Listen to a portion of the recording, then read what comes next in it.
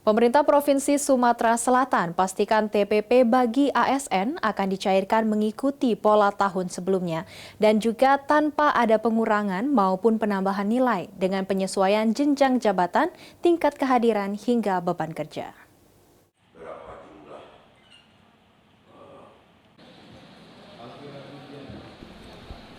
Pemerintah Provinsi Sumatera Selatan pastikan tambahan penghasilan pegawai bagi aparatur sipil negara akan dicairkan mengikuti pola tahun sebelumnya tanpa ada pengurangan maupun penambahan nilai TPP.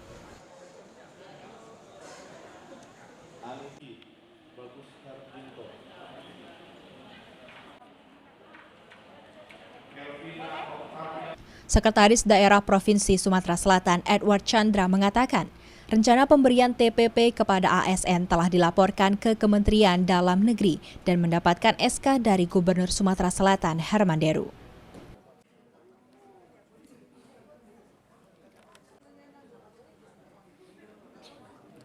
Nantinya, pemberian TPP kepada ASN di lingkungan pemerintah Provinsi Sumatera Selatan akan disesuaikan dengan jenjang jabatan, tingkat kehadiran hingga beban kerja.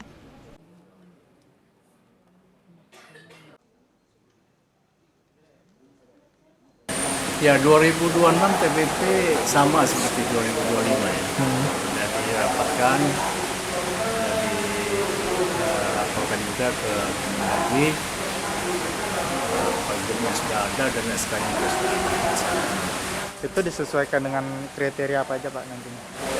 Ya, tentu kan kelas jabatan ya, seperti biasa kelas jabatannya, kemudian juga dihitung termasuk perhitungan kehadiran, ya, ada aturan di situ berapa kalau telat, ada hitung-hitungannya.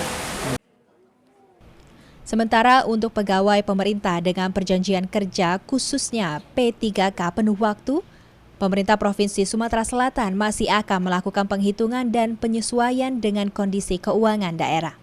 Eki Saputra, PAL TV.